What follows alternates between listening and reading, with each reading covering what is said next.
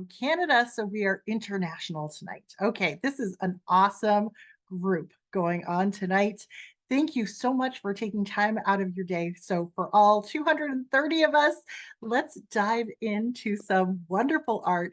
I want to thank the Chelmsford Library for being our anchor institution tonight for hosting this event in partnership with several other libraries. I believe it's Tewksbury, Amesbury, and Groton, Massachusetts tonight. I could be wrong of that, but I'm very grateful to all of the great libraries that partner together to help to present my programs. And I am delighted to have your time and attention. We're going to feel like we took a little trip to Maine after this hour because we are going to be looking at some of the best artists to ever produce art inspired by Maine. That is our Downeast connection. So, artists have been flocking to Maine for centuries. They're inspired by the isolation, the seclusion, this romantic rocky shoreline that's there. And we'll be seeing plenty of that. Now, the image on your screen right now is by the artist N.C. Wyeth. This is his portrait of his own son, Andrew Wyeth. We'll be seeing more from both of these artists. But I thought it was a great way to get things started because we can see a young artist standing right there on the rocky shoreline, struggling to capture the majestic beauty of all this ocean sea spray. Now, before we head into tonight's program officially, I just wanted to welcome you once again. If you've never been to one of these programs before, my name is Jane O'Neill, and I own the company Culturally Curious. I specialize in art history and art appreciation lectures like this one. So if you're delighted by tonight's program, which I hope you are, you can always go to my website, which is iamculturallycurious.com, and give me feedback or sign up for the next virtual program that I'm giving. I think the next program that I'm giving is in person in Litchfield, Connecticut on September 4th at 3 p.m. and that will be on Claude Monet. That will be a lot of fun if you're able to join us. So you can find out more about that on my website. Let's get started with these artists inspired by Maine, our Downeast connections. Now, here is our overview for how we're spending this next hour together. We're going to get started just thinking about Maine as inspiration for these artists. And I'm going to introduce you to a couple of these big name artists that we're going to see a number of times over the course of the evening. And then these are just essentially motifs that I use to help organize tonight's presentation. Instead of just going by period, by style, by artist, I thought I'd really mix it up. This is a little bit of a different format if you're familiar with the kinds of programs that I give, but I think it's a satisfying format too. You really sort of delve into Maine itself, I think, by way of the motif. So we've got things like harbors and boats and work in the sea, but I can also promise you the things that you would hope and expect here are here. We're going to see loads of lighthouses, plenty of lighthouses. We're going to even have an unsolved mystery. So you have to hang on for that for tonight. And we'll see a couple of barrels of blood that are actually unrelated to the unsolved mystery. All right, so let's get started with Maine as inspiration. Kick back, imagine yourself in your very own Maine vacation house, okay? And we are going to get started with sort of the granddaddy of them all when it comes to Maine and art. And that is the artist Winslow Homer, who we can see here in a photograph from about 1880, just a few years before the artist kind of became a hermit, moved up to Prouts Neck, Maine in Scarborough, right on the water. And modified this carriage house that was in his family's property to function as a painting studio for him. And from that point forward, for the next several decades, he primarily paints the Atlantic Ocean from this scenic vista. And you can see that he actually added a wraparound second story porch to function as his studio. We should all be so lucky, right? And from that point forward, he just begins to create masterpiece after masterpiece. Let me give you a sense in terms of what they look like. Here is a gorgeous work that's in the collection of the Metropolitan Museum of Art. It's called Wood Island Light. from 1894. And if you're wondering, where's that lighthouse? Where's Wood Island Light? It's just a little dab of red paint over here. Now, the wonderful story about this particular painting, and it is a classic Winslow Homer painting. We've got a little bit of the surf, we've got a little bit of the rocks, but in this case, we have this very evocative moonlight too.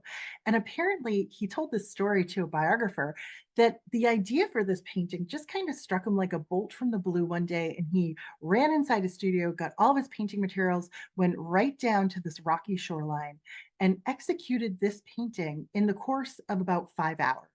And from that point forward, he never retouched it again. It was just a masterpiece.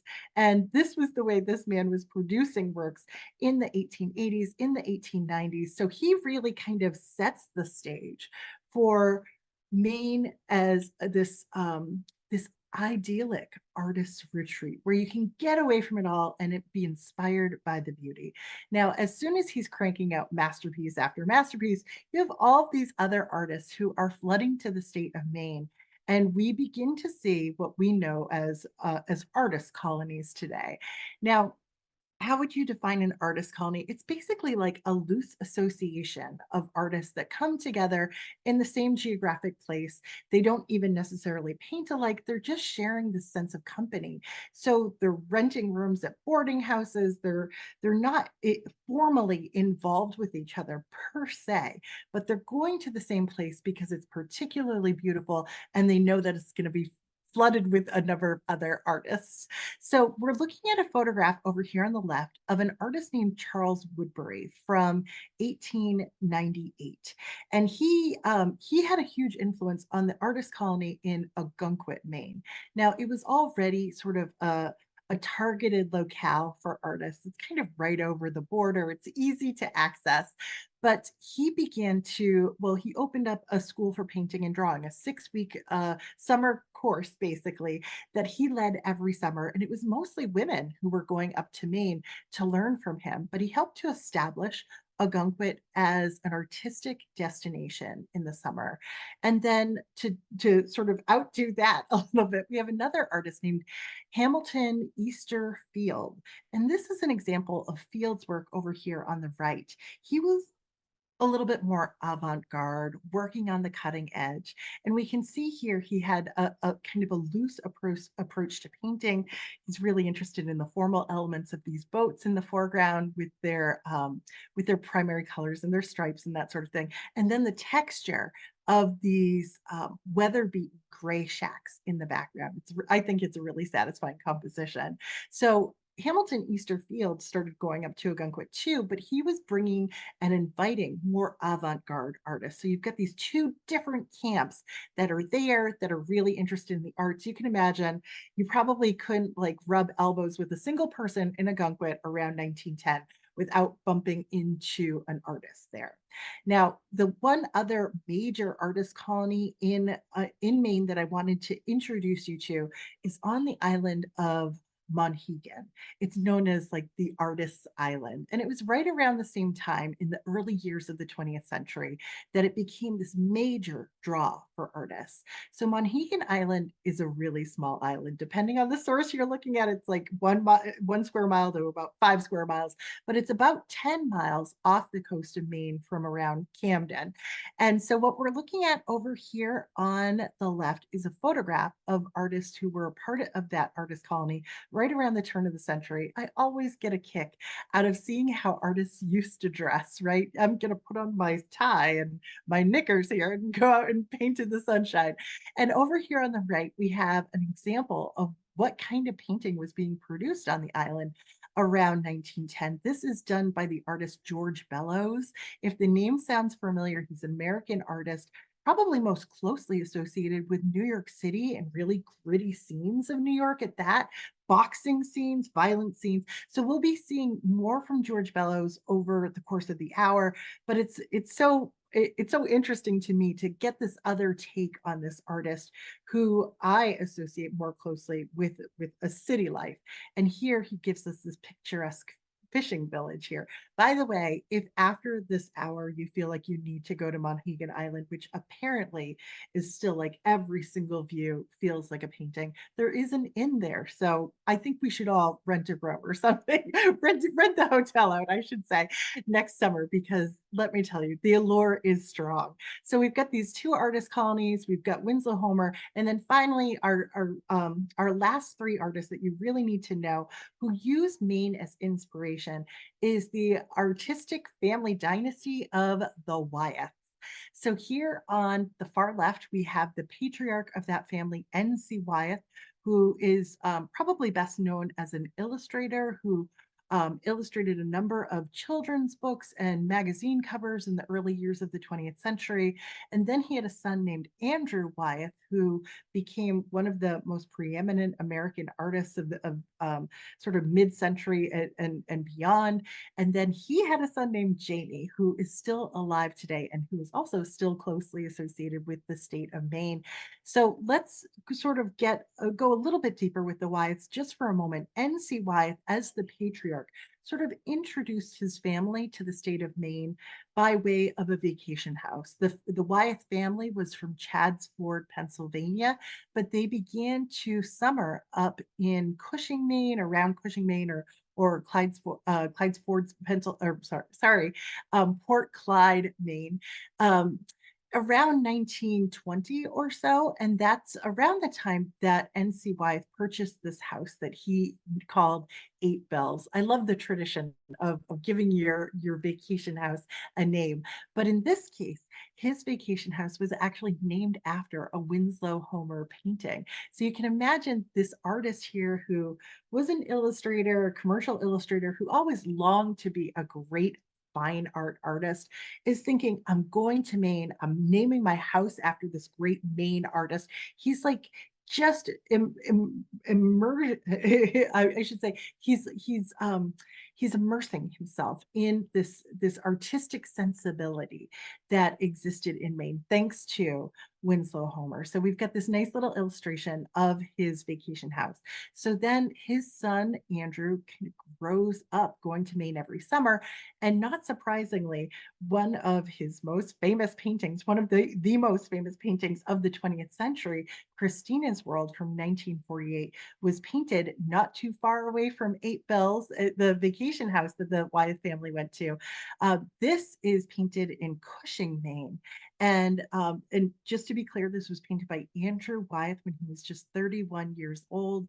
This 1700s colonial farmhouse that we see in the distance, again, that sort of grayed, weather beaten architecture here was classic seaside Maine, and it really drew in the artist here. He was much more fascinated by the house that you can see in the distance than by the owner of the house, who he eventually became really intrigued by, Anna Christina Olson. So the end result, of course, is this woman lying here in this tall grass in the state of paralysis, sort of drawn to this house in the distance, but seemingly unable to access it or to move towards it. So an iconic painting of Maine. Maybe not everybody realizes that, but certainly inspired by the state where the Wyeth spent so much time.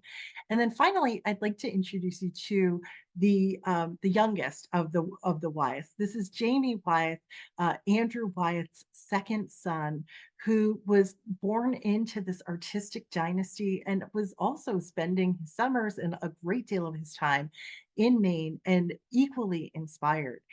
Now, Jamie Wyeth had a house on Monhegan Island, and this is a painting that he did. I think this is of the balcony of his house on the island of Monhegan, and we can see a portrait of his wife Phyllis sitting in profile on this massive throne-like wicker chair, and she is surrounded by all of these other pieces of wicker furniture that almost seem to be like coming into her space, intruding into her space here in an arrangement that is somewhat ominous, right?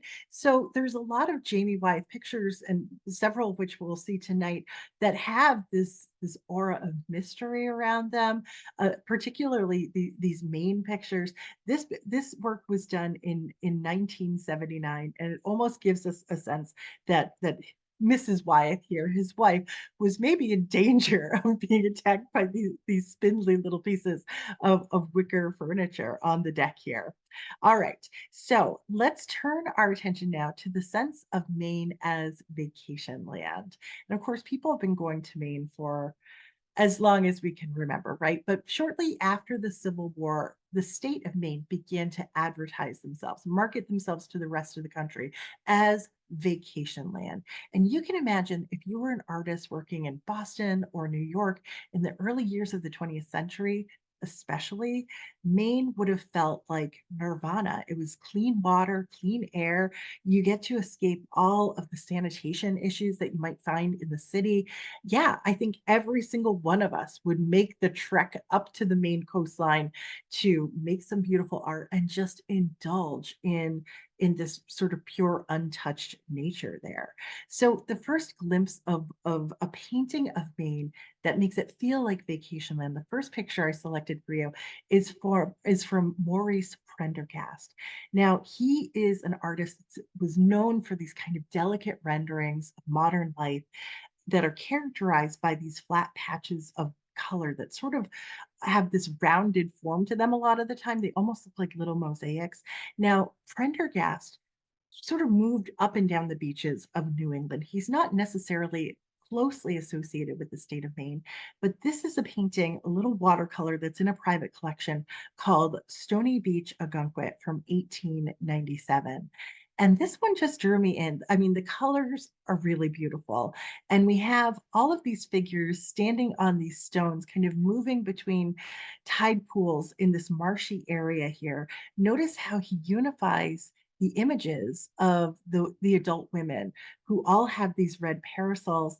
And then the children are wearing these beautiful little frocks and they all have their straw hats here.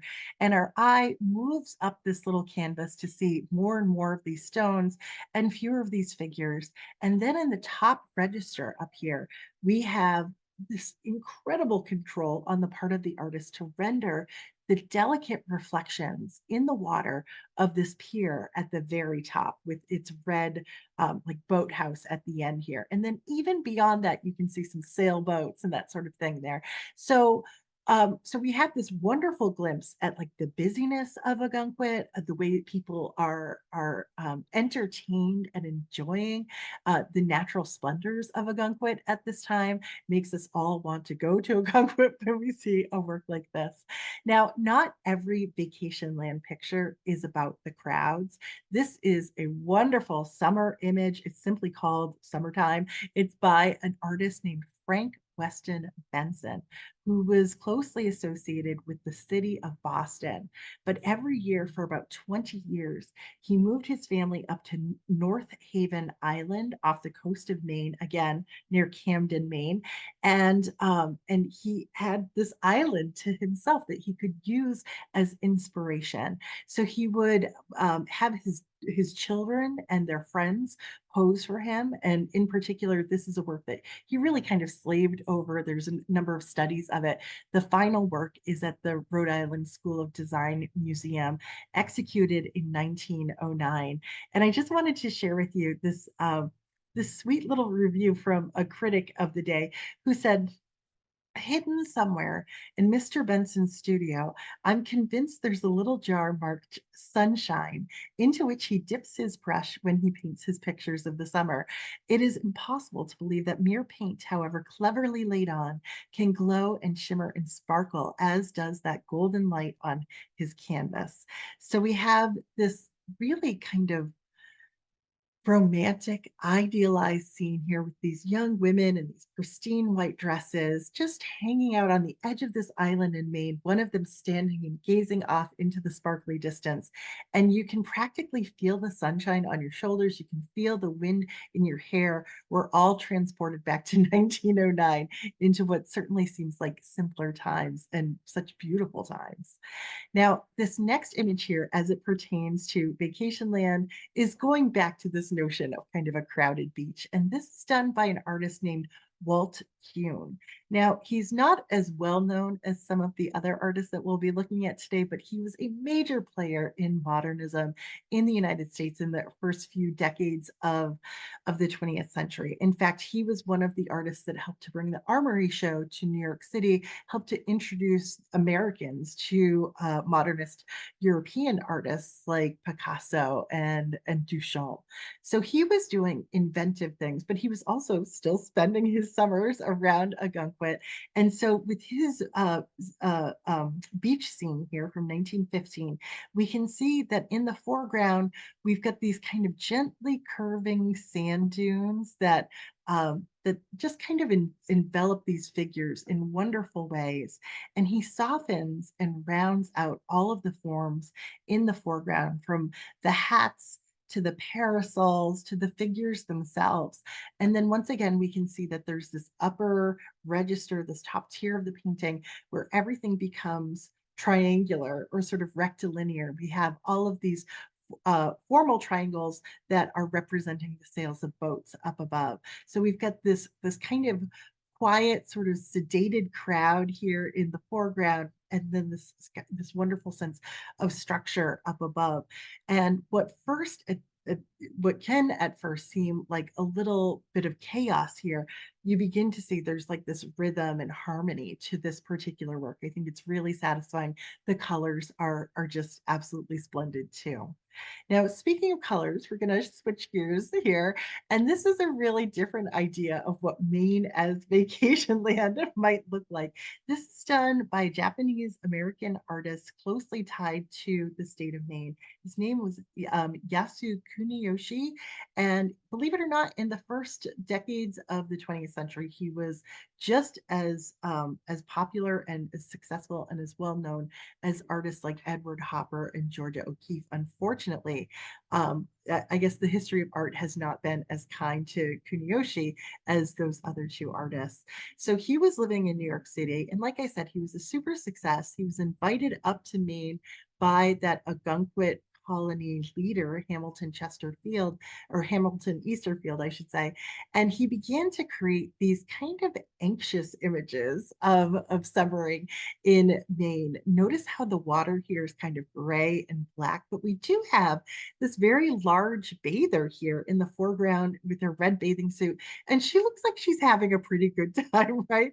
But you have to begin to imagine that something's a little bit off here with the color of the water, the color of the sky. This is possibly York's Nubble Lighthouse in the distance. I think the architecture sort of matches here, and I think the scale and perspective almost suggests like a fable or fairy tale like quality to it that you sort of get the sense isn't going to end well for this bather here. There seems to be some kind of ominous lesson about swimming in the waters off the coast of Maine here, but really charming nonetheless, too. So we wrap up our view of Vacation Land with just one last image, and it's with an artist who's very closely associated with the state of Maine. His name is Alex Katz, and actually he has a big show at the Museum of Modern Art right now in New York City. I think it closes at the end of this month, so you can run down there tomorrow if you really like Alex Katz. Now, when my kids saw this, they thought it was Joe Biden swimming in the water, looking really happy. But but this is a self-portrait of the artist. And this is somebody who is really familiar with the state of Maine. Alex Katz has a studio in Soho in New York City. And every summer he packs up and he heads up to Lincolnville, Maine, where he spent summers for, I think, half of a century. So here he is enjoying that natural splendor of Maine here. And we can see really broad brushstrokes to suggest that natural splendor, the sparkle off of the water, the reflection of the forest in the distance. And yet it does really give you that sense of the outdoors. And I think it makes well, it makes me at least want to go for a dip. So he's captured something really wonderful in a picture like this one. It's really joyful, isn't it? So we'll turn our attention now to another favorite motif, I think, for a lot of people when it comes to the state of Maine, and that is bustling harbors and boats. Okay, our first image, I think that this is actually the oldest image in tonight's program, but I wanted to start with this one because virtually every major monograph on the state of Maine when it comes to art starts with this artist, and his name is Fitzhenry Lane. Now, he's another artist that's closely associated with the shoreline in New England. It's not that he lived in Maine. I think he's probably most closely associated with Gloucester, although he worked on a boat and was really familiar with the Atlantic coast. So he came up to Maine at one point in his career, right around mid-century, and he created this wonderful picture here of Owl's Head Light. And we can see, this great cross section of the kinds of boats that are in the harbor near Portland, Maine. Here we can see a steamer off in the distance. This is a fully rigged merchant ship just in front of it, and at the foreground over here we have a, a, a, a, a, a, a a coasting sloop here that the deck here is loaded up with firewood. And then on the far right, we have a fishing schooner. And notice how the water is incredibly choppy in this picture. And all of these boats are kind of being tossed and turned here, and all of their masts are at these wonderful diagonals, giving a great deal of energy to this picture and also kind of framing it up really nicely at the same time. You've got this wonderful structure kind of echoing those waves to a certain extent in the structure of the clouds in the sky. And then that lighthouse, Owl's Head Lighthouse, is right there, practically dead center in the picture as like the organizing principle to all of this. So Fitzhenry Lane gives us this great little peek into the past at the vitality of a Maine port like this, and gives us a sense of the different kinds of boats you'd be seeing at that time. This is about industry, this is about fishing. Let's turn our attention back to leisure for a moment, shall we? And we're going to turn our attention back to Frank Benson, who, as I mentioned before, had a home on an island off the coast of Camden, Maine, and and just as a fun fact, you can actually rent out that home. It's on Vacation Rentals by Owner. I'm not trying to pitch it to you, but it's actually kind of affordable. It's surprisingly affordable. So if you wanted to go be inspired by the same beautiful views as Frank Benson, you are more than welcome to go do that. Now, here is another example of Frank Benson using his children as models to depict kind of the beautiful splendor that was the Maine coast. And this is a work from 1904 called Calm Waters. It's in the collection of the Museum of Fine Arts in Boston. In the foreground, we have this little dory that his three children are in. Notice how it's set at this diagonal, leading our eye back into the distance. Frank Benson is pretty closely associated with American Impressionism, so there's this looseness to his brushwork and an interest in diagonals like that that would have come from French Impressionism.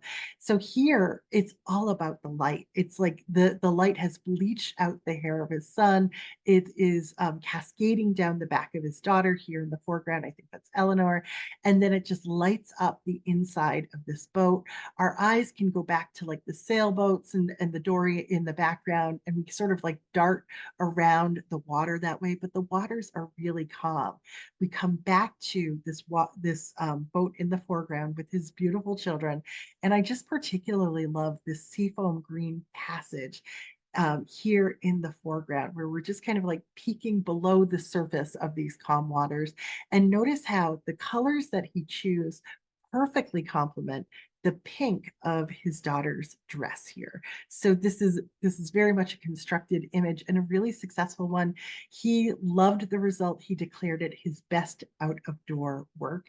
And I think it's another picture that just kind of transports you to that sense of vacation and leisure time by way of a nice boat here. So the next boats we're going to be looking at, considering, are by the patriarch of that Wyeth family of artists. This is by N.C. Wyeth. It's called The Harbor at Harringott. It was executed in 1925, and this was for NC Wyeth, it felt like a breakthrough. He was really trying to break away from commercial illustration, and this felt like an interesting way, an interesting approach to painting fine art. So he gives us a slightly surreal vision of this port that would have been really familiar to him. This was very close to his vacation house. And in some ways, it almost feels like a collage. We've got all these wonderful things happening from the lobster pots, the lobster traps, I should say, over here on the left, the giant seagulls in the foreground. We've got this little path over here on the right with a figure walking down it, kind of leading our eyes into the picture. But we also have this pier sticking out into the water. The thing that makes this picture a little bit surreal beyond these beautiful pastel colors that he was using are these very large uh, fishing boats in the foreground, and you can see these like athletic fishermen who are standing and rowing these boats. This one over here also filled with the lobster traps.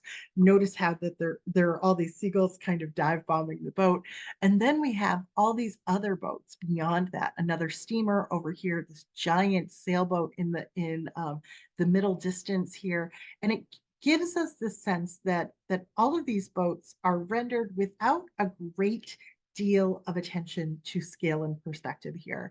It almost gives it like a fairy tale like quality again. And for Wyeth, he thought, this is a breakthrough. This is potentially how I would paint now.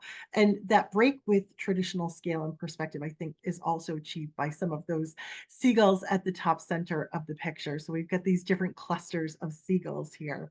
A great deal of activity. I think it's such a pleasing image. It's a place that you feel like you want to go to and see for yourself. So our last image of a bustling harbor I wanted to share with you is one of my favorites and a favorite for a lot of people's, John Marin. Now, he began to visit Maine in 1914. He went for regularly throughout his career, and he's closely associated with a couple of different towns. This is the town of Stonington. In the background, we've got this nice hill with the suggestion of all of these buildings.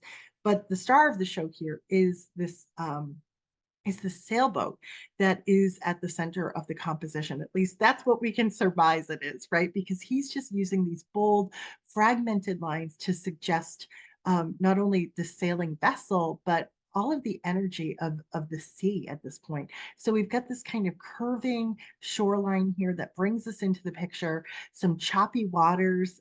Some of the choppiness is suggested with triangles that sort of stick up and then triangles that also stick off to the sides.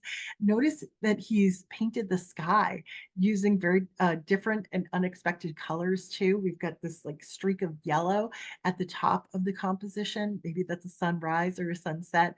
And then notice these white sort of like staples in the sky.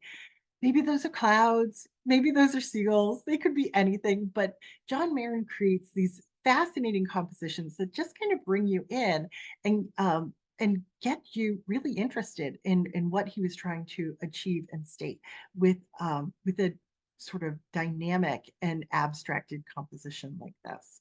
All right, so we have our sense of boats. Let's turn our attention now to work and the sea. So all of these artists that are flocking up to me, one of like the most available subjects to them were the people who lived there, who were making a living out of fishing and lobstering. So let's take a look at what some of those images look like.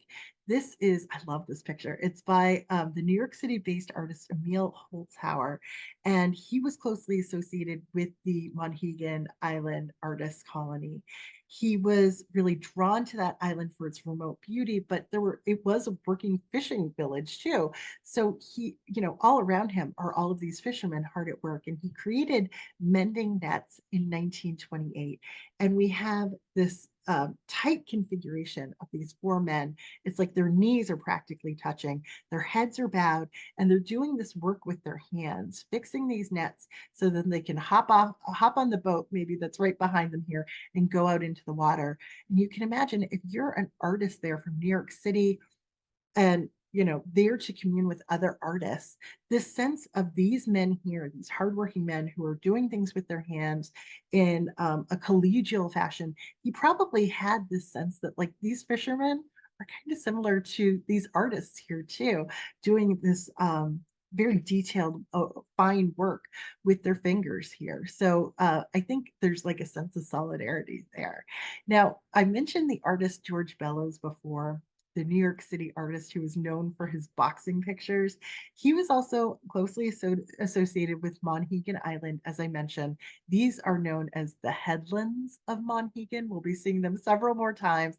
It's like this famous cliff face on the island of Monhegan. I think it's like somewhere between 100 and 150 feet of like granite. It's just a drop off here, slightly abstracted in this picture. But George Bellows is giving us a sense of like the heroism of these fishermen who are all working in coordination to drag this boat into the water. And the way he's painted them, with these their bodies at these dramatic diagonals here, is just as dramatic as one of these boxing images that he was creating in New York City right around the same time. He's organized this by color, I think, in a really satisfying way, from like the reddish rocks in the foreground to the red stripe of the boat, the yellow rain slickers, and then all of this green and blue in the water and the sky here.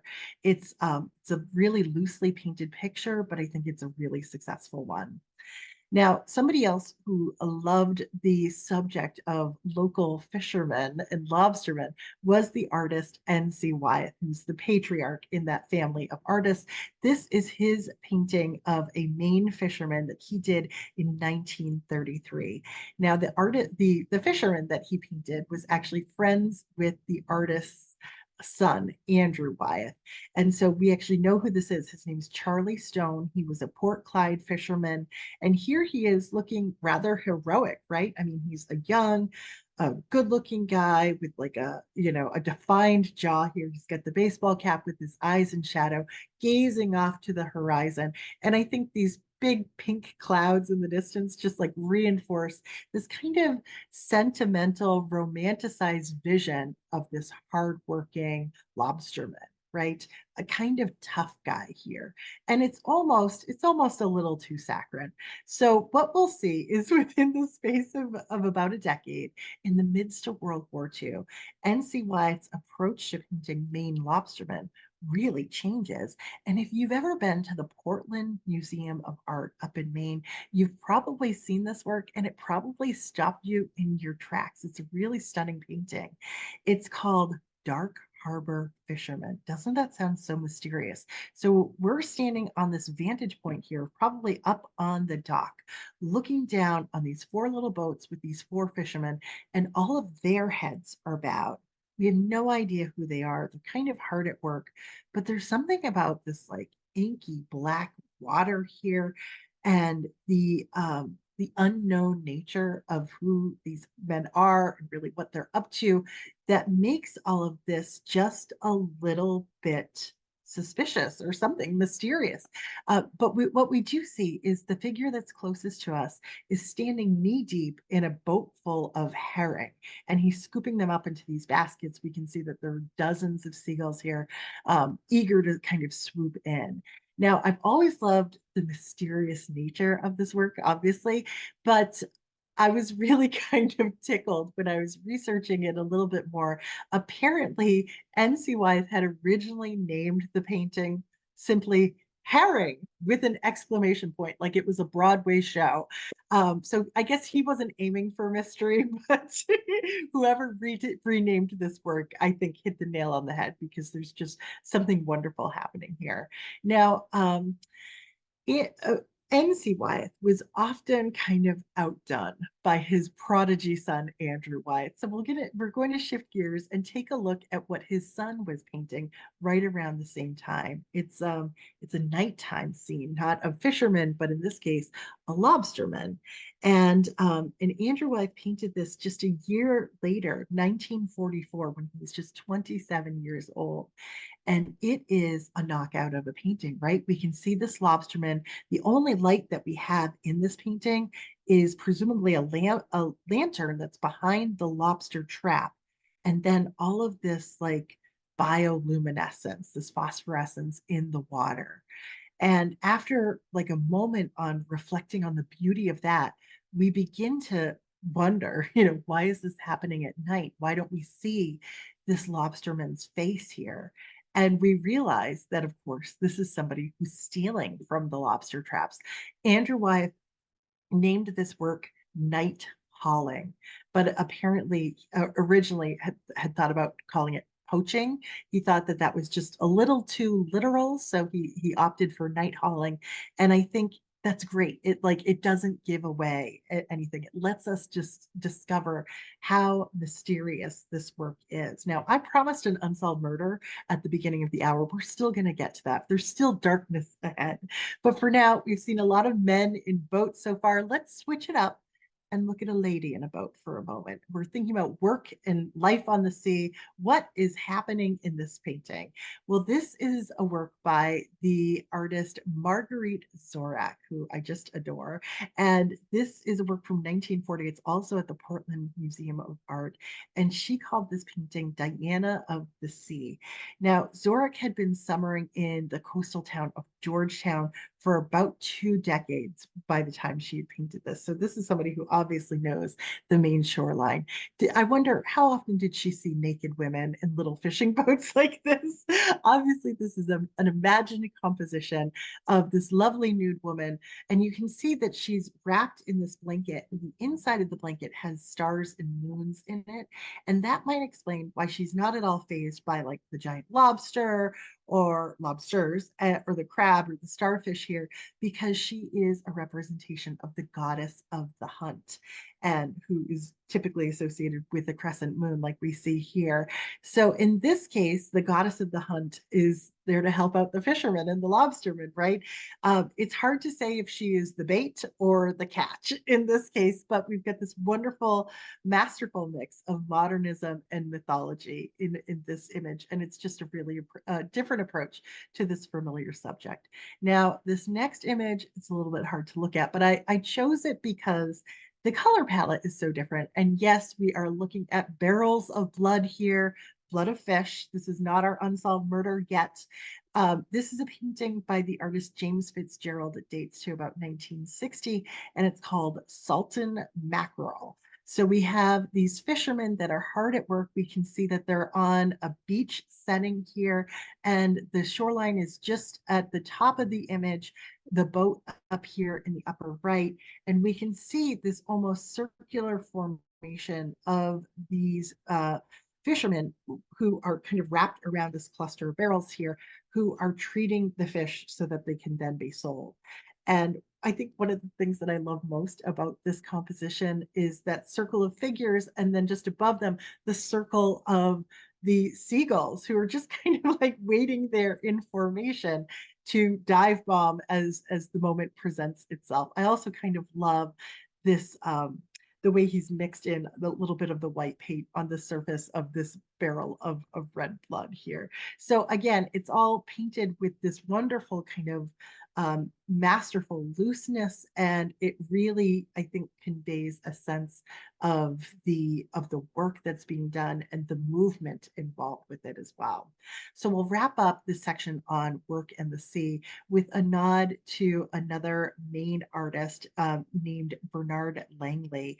Now, he is probably most famous for his wooden sculptures, much more large scale than this. This is like a wooden sculpture collage, basically.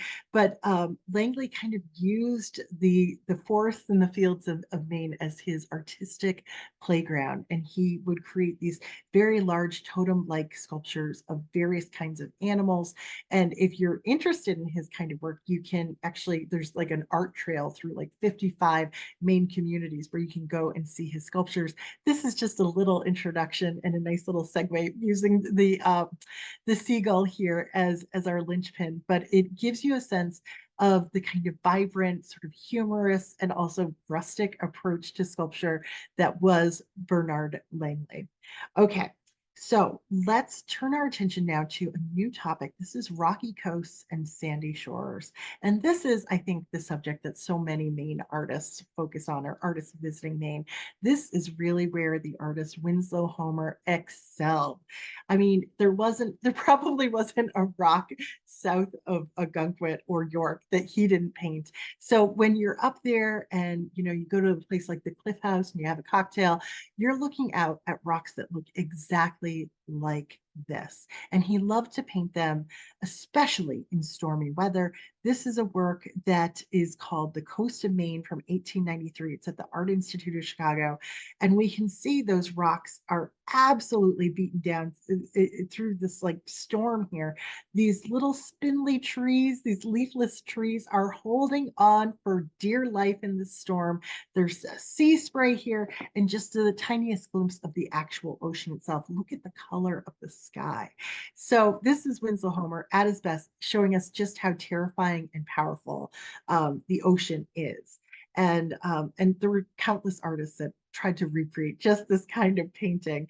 But the next artist I want to introduce you to gives us sort of a cross section. He can give us very placid waters, and then he can give us kind of a churning ocean as well. These are two paintings by the artist Rockwell Kent, very closely associated with Monhegan Island Artist Colony. He actually painted this work over here on the left in 1905, simply called it Monhegan Island. We've got the calm waters. Maybe this is like the first light of day.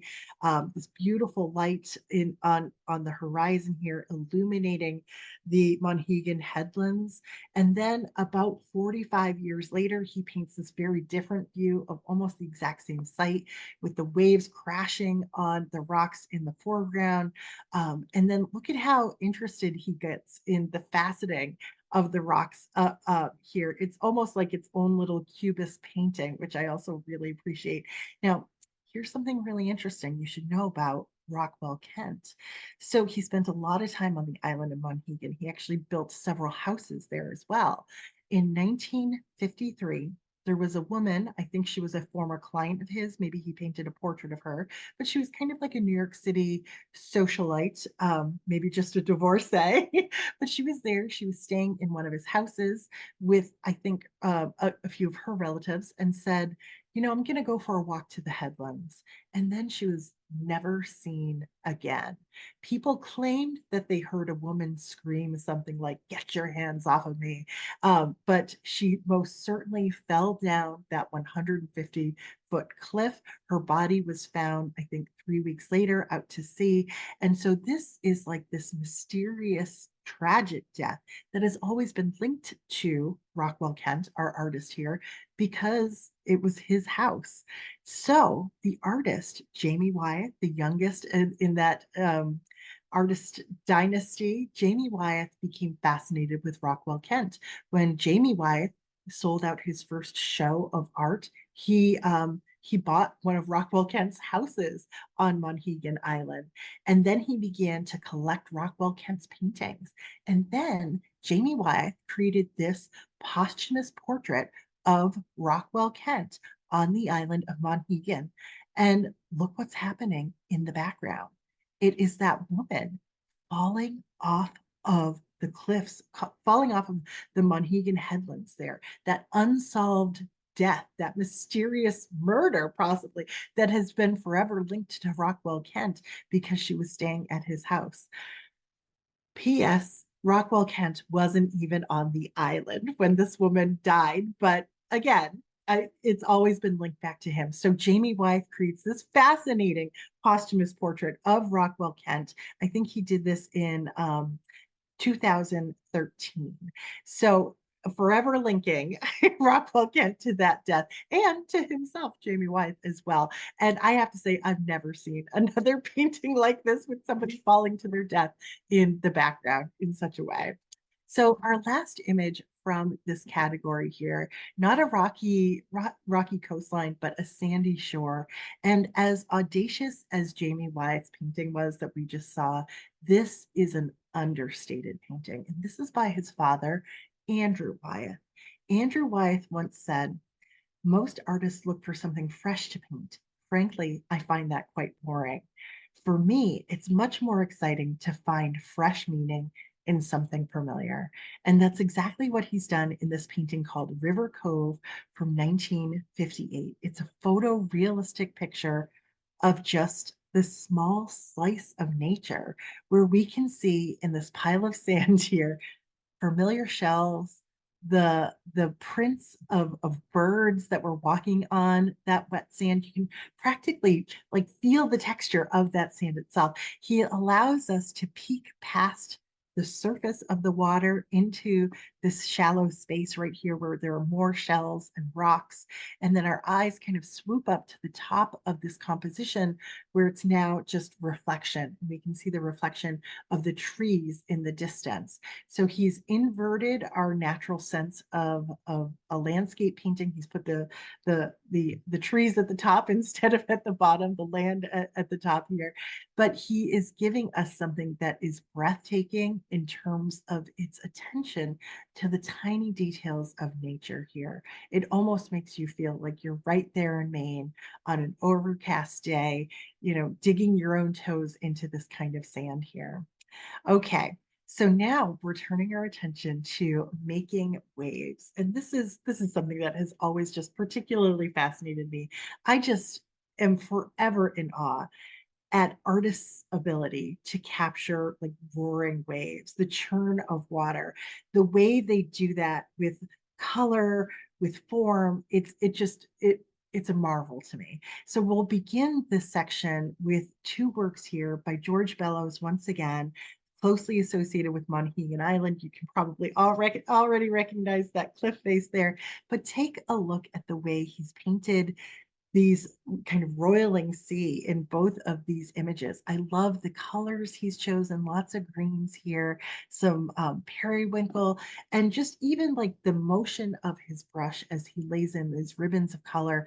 I think in these two works, what I particularly appreciate is this green section down here at the bottom right, and the way he's kind of laid in the white edges here, suggesting that foam with these tendrils of color. It's just beautiful, masterfully done.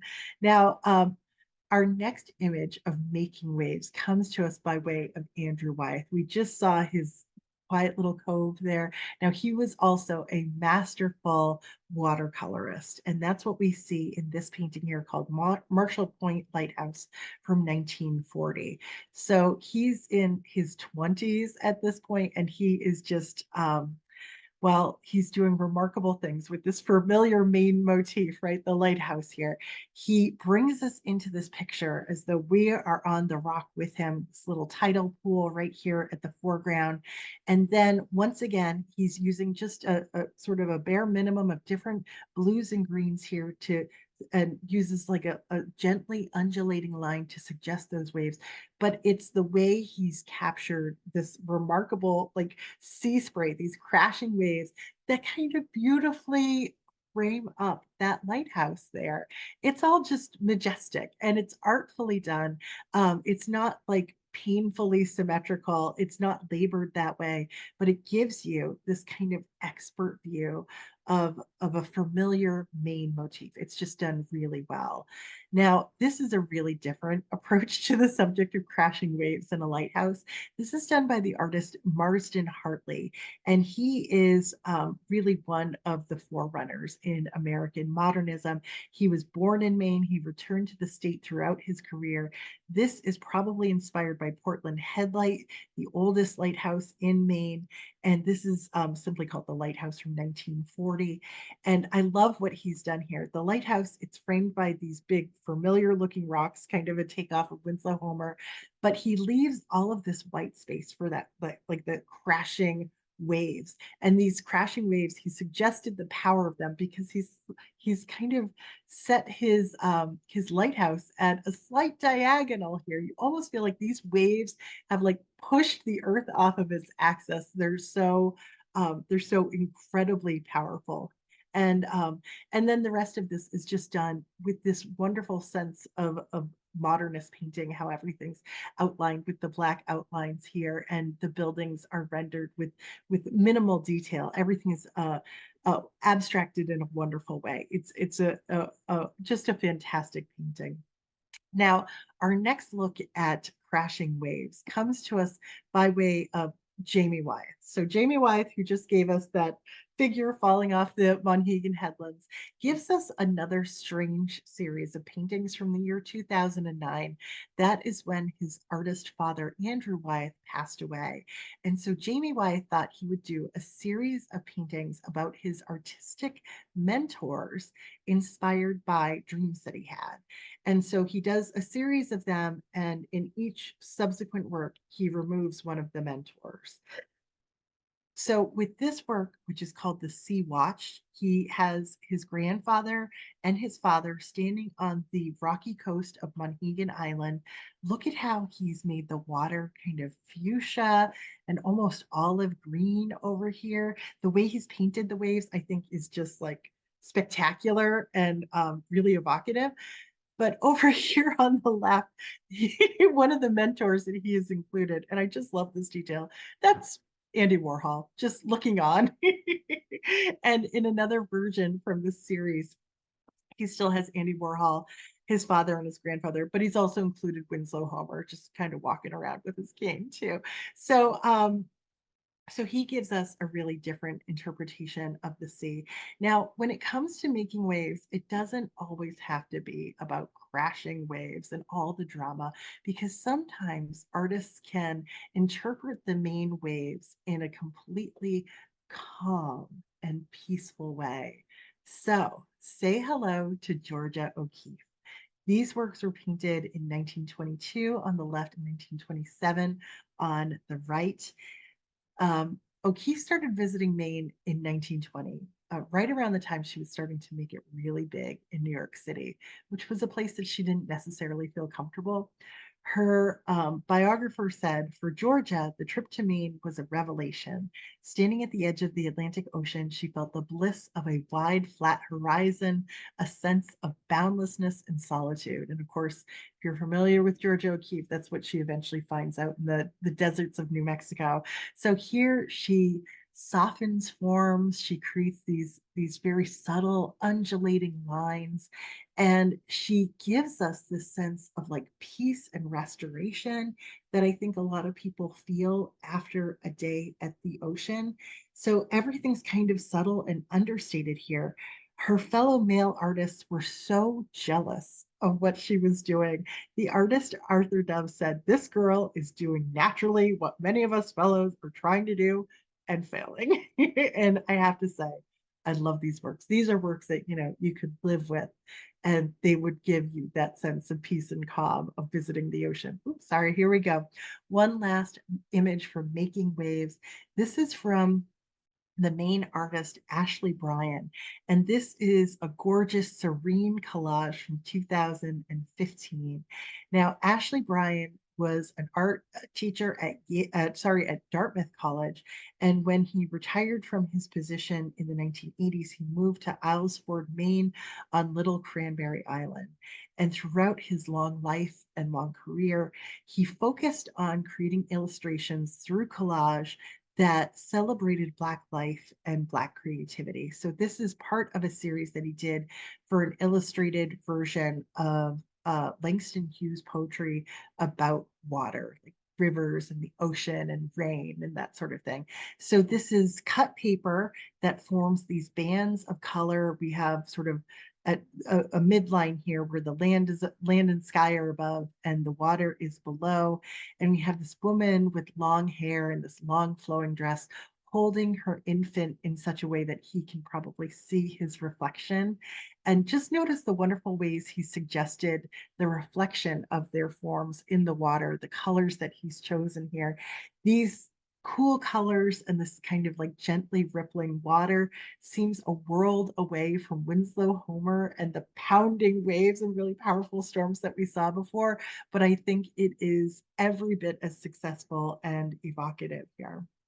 All right, so we have just a few more sections, maybe two more sections, and they're very short and sweet. So this next section is called Coastal Light. And we're going to go back to Winslow Homer for just a moment because he's sort of our anchor for all things. Now, I spent the 4th of July this year by the ocean, and I think July 5th, that whole weekend. It was pretty murky. It looked a lot like this. And this is kind of like this special light effect that you get when the coastline is just buried in fog. And so this is Winslow Homer's painting called The Artist Studio in an Afternoon Fog from 1894. This is at the University of Rochester. And so we can see the sun just barely breaking through. The sky is this kind of muddied grayish brown color. We can see the artist's familiar second story painting studio here, that wraparound porch. And you know that this is like a special painting because Winslow Homer has turned his attention away from the ocean back towards the land to capture this particular quality of light. Art historians love it. They think it is like the most contemplative of all of Winslow Homer's paintings, and it really does transport you to a foggy day by the ocean. Now we're going to lift the fog for a moment and take a look at the brilliant sunshine. It's almost hard to look at now.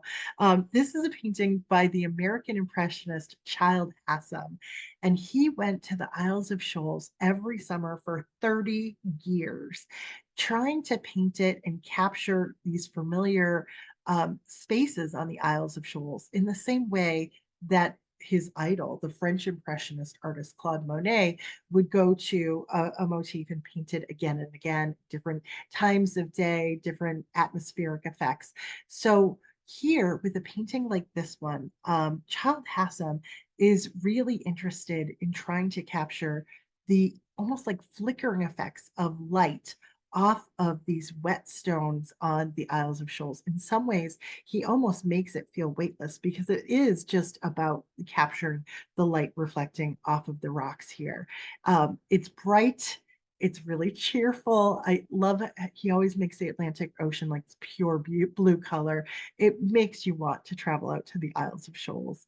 Now, this next image of coastal light is really different. This is going back to Rockwell Kent once again.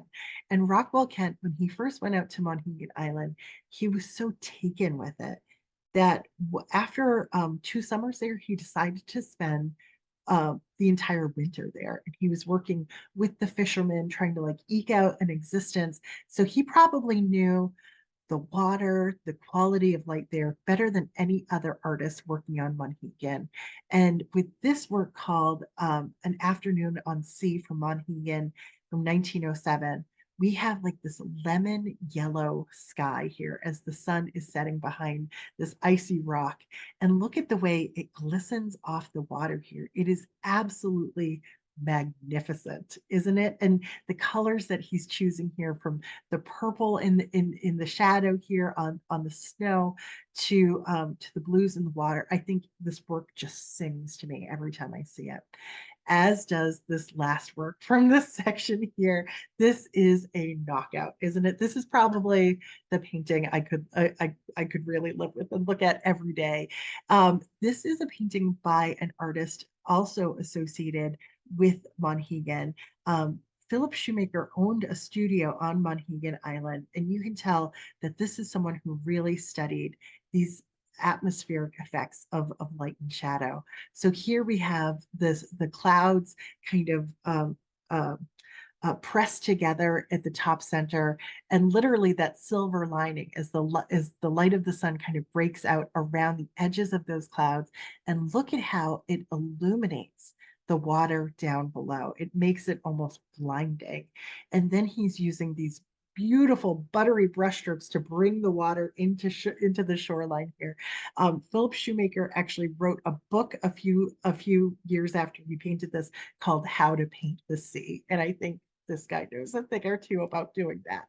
So our last section here is called Quiet Places. And this is really what Maine is all about in the end, right? It's like, it's vacation land, sure. It's like the crashing waves, it's all of that. But I think when people go to a remote place, they're looking for that sense of solitude.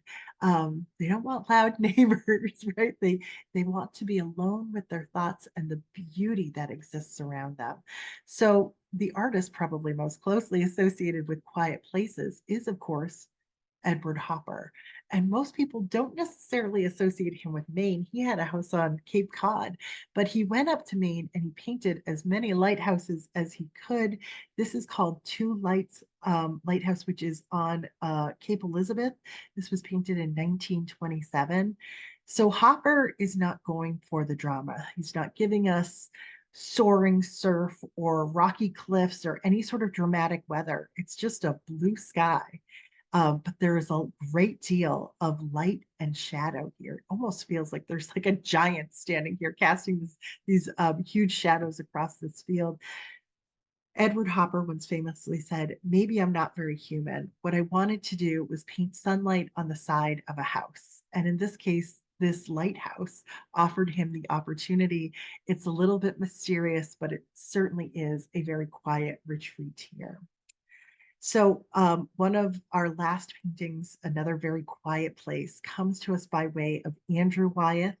He's also known for his depictions of these very sort of quiet spaces of solitude. Now, if you've seen some of my other programs, you know that Andrew Wyeth sort of partnered with his wife, Betsy.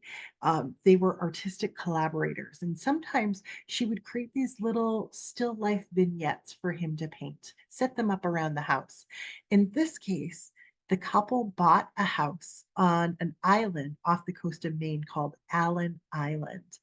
And Betsy Wyeth, the artist's wife, actually helped to dig out this little pond here simply for the reflective opportunities it would provide for her husband's painting. And in this case, the reflection of that crescent moon and that brilliant planet there, that's Jupiter. The name of the painting is Jupiter from 1994, create like a slam dunk of a painting. It's just gorgeous. And of course, there's no signs of life here. We feel like we've been like walking through the woods and we've like emerged here out into this breathtaking space with the evening sky reflecting in the water, the waves crashing in the distance. And we've found nirvana, right? We're on the edge of the world and it's just so gorgeous. So we'll wrap up tonight with one last painting from Georgia O'Keeffe, this like minimalist masterpiece. In the spring of 1928, Georgia O'Keeffe was back in Maine visiting York Beach, and she painted this work called Wave Night. It's minimal but dramatic, and Night Wave, or Wave Night, I should say, is a rare nocturnal seascape that's painted in these kind of inky blacks and blues. We've got a little bit of like purplish pink here down at the bottom. And of course, these are not roaring waves. This is the opposite of Winslow Homer. These are the waves that kind of gently lap the ocean, or the shoreline, I should say, gently lap the shoreline as everybody else is sleeping. And Georgia O'Keeffe walks us out to the water in the middle of the night. Notice how the water actually comes out of the frame here. It's like our toes are right there in it. Um, you can practically feel that cold water, and it's this beautiful sense of peace that Georgia O'Keeffe gives us in a painting like this that invites us to kind of commune with nature here. So we'll wrap up with just a couple of big ideas really quickly. And you can tell I'm a sucker for that seafoam green. I'm using it to unify all of our pictures. Tonight we've had the opportunity to see the wonderful variety of ways that artists have responded to Maine as inspiration. We've seen stormy skies and rough seas. We've seen exquisite light and leisure. And we've seen these peaceful contemplative works that restore the viewer and remind us that of the state's incredible natural beauty.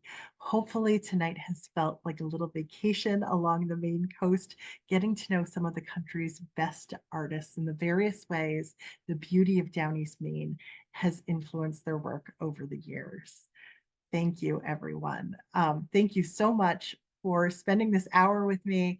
We'll open it up to questions. I'll start looking at the Q&A and see what I can do to answer you. Ellen, great question. About 15 minutes in, she said, "Are there any female artists during this time?" A great question. I tried to include a few. We saw Marguerite Zorak. We saw Georgia O'Keeffe, obviously, I'm not sure if we saw too many others, but it's always good to ask about women artists. So thank you for sharing that. And I tried to include a few. Mary Zoll says, in that photo of NCY, he looks Black, African American, or is that just a result of his deep tan? Maybe he just spent too much time in the Maine sunlight. I don't believe that's part of his heritage, but I could be wrong. Catherine says, Jane, are you following new artists emerging in the 21st century? Will you recommend galleries in Maine? Catherine, I will admit that I'm not as familiar with emerging artists right now, but I just gave this presentation in Maynard, Massachusetts last week. And it seemed, I joked to them that it felt like everybody in the room had a house, had a vacation house in Maine. They were very familiar with the art from Maine. And a lot of people advocated for the museum at Colby College that seemed to have sort of a rich and wide variety of Maine art. So that might be a good place to start looking, Catherine. I'm sorry, I'm not more familiar. Nothing on Neil Welver. Sharon, he didn't make the cut. He was in there, but I stayed closer to the shoreline. His pictures are so much in the woods. He just didn't make the cut. He's probably just at the end of my presentation, and I just didn't include him. Sorry about that. Sorry you didn't get to see a little Neil Welliver, but I do love and appreciate his work too. Jennifer says, where are the best places to see artwork like these in Maine? Well, I love the Ogunquit Museum. Any reason you can go to Ogunquit is always a good one. It seems as though there is a Monhegan Museum as well. And I think I just learned that Jamie Wyeth has given like $1 million to that collection. So that might be something to look for. Obviously, the Portland Museum of Art too, and Colby Museum, those would be great repositories for Maine art. Thanks for the kind words from the anonymous attendee. And it seems I'm just going to head over to the chat. Thank you, everybody, for the very kind words. Oh, Catherine added that Rockwell Kent illustrated Moby Dick in 1930. Yes, I mean, this was a man who knew his oceans, right? Thanks for sharing that, Catherine. I'm just going to go back a little bit further just to see. Okay, let's see. um, Marin's paintings yellow looks like deconstructed sailboat waves trying to get along. I like that interpretation, Beatrice. Thanks for adding that. And Karen said, can we add the artist names to the paintings in the recording of this section? That might be a little bit tough, but if you wanted the artist names, feel free to reach out to me on my website. I am culturallycurious.com, and I'd be more than happy to email them to you. And oh, we've got a big fan of Frank Benson here. And maybe I should focus on that. And then somebody asked, do fish have red blood? Behas, great question. Apparently Jan says yes. I don't know fish well enough to. I don't even eat seafood. I wouldn't even know. But according to James Fitzgerald's painting, they do. Thank you for all of the kind words here. Oh, Nancy, you're so sweet.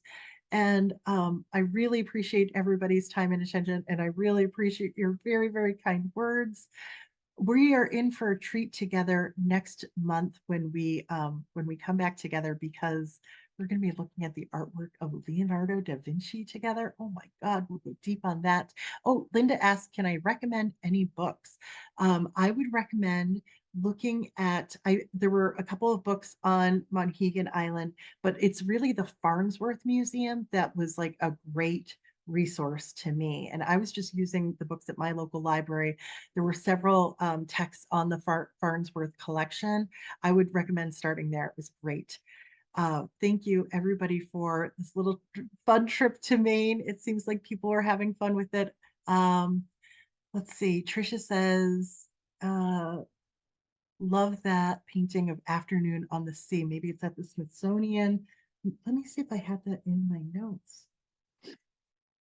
I believe that Rockwell Kent, if we're talking about the same one, Trisha, is at the Fine Art Museums of San Francisco. Just have to take a little plane trip across the country to see it. Oh, Jean, thanks for mentioning the tours of Wyatt's or of Winslow Homer Studio, which are it's available to the public. You can buy a ticket to visit his studio in Prouts Neck, Maine, through the Portland Museum of Art. You start the tour there, and they bus you out to that location so you can see where he was working, and the Wyeth Olson House. Jean, you're so good to remind me about this. That is also open to the public. It's a National Historic Site, and the Farnsworth Museum operates the tours there. Thank you for mentioning that both of those sites are available to people. And oh, and Grace has added that Bowdoin College is also a free resource. Frank, thanks for your kind words. Oh, Richard, Will Barnett. He was another one that didn't make the cut. I love his paintings. I absolutely love his paintings. They kind of would have fit into quiet places, but man, so many great artists in so little time. Thanks for mentioning him, though. Anybody who isn't familiar with his paintings, please look them up. I might have one right at the very end. Oh, no, I took it out. Okay. Oh, let's see here. Nancy says, who did that painting with the woman and the baby and the reflection? That was Ashley Ryan. And this is like a cut paper collage. So he does just gorgeous work. And this is just like the tip of the iceberg in his entire body of work. Really fascinating stuff, and an artist very closely associated with Maine. I would definitely recommend Googling Ashley Bryan. Um, let's see. Oh, Ron braces. I want to go to Maine. George Bellows' work is beautiful. I absolutely agree. Sharon added Leo Brooks. I'm not even familiar with him, Sharon. Thanks for adding that name in. I'll have to check that out. I think we've gotten through most of the questions, comments here. Let's see. Yes, I think we have. I really appreciate everybody's very kind words, and I'm really looking forward to sharing the program on Da Vinci with you next month. Um, yes, Linda, that was Ashley Bryan. I think it's without a T. Okay, thank you again, everybody. It has been an absolute delight, and I'm truly humbled by your kind words. And thank you for letting me do what I love to do. Have a great evening, everybody, and I look forward to seeing you next month. Take care.